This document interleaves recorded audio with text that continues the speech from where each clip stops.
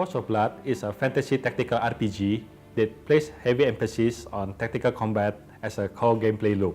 The vision for Forge of Blood is to create a really unique experience, and especially taking some of the older elements of fantasy tactical RPGs into the modern world. So we have a strategic layer where we build the kingdom, but we also have the tactical layer where we actually do a tactical combat.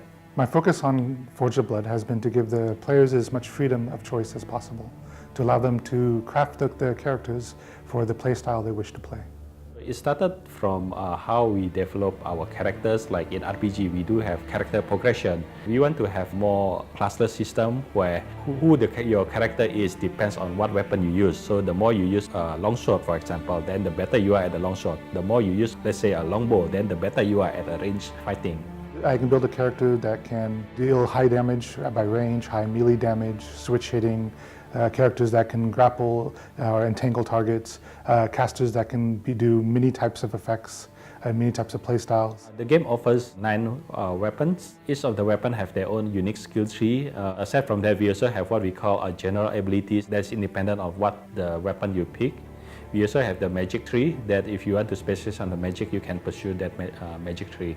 We use the narrative in different stages and in different phases. So we use it to drive the story as well as to teach the players the game mechanics. And so Act 1 will involve a more linear approach. And so the story itself will be more of a choose your own adventure where, once we open it up to the larger world, what the narrative allows us to do is create situations for combat, create situations in which we can get additional characters, we can make spells to fit certain situations as well. And if you look at some of the great fantasy lore and some of the great fantasy languages out there, it's all grounded in Latin, and it's all grounded in some of the more Nordic languages.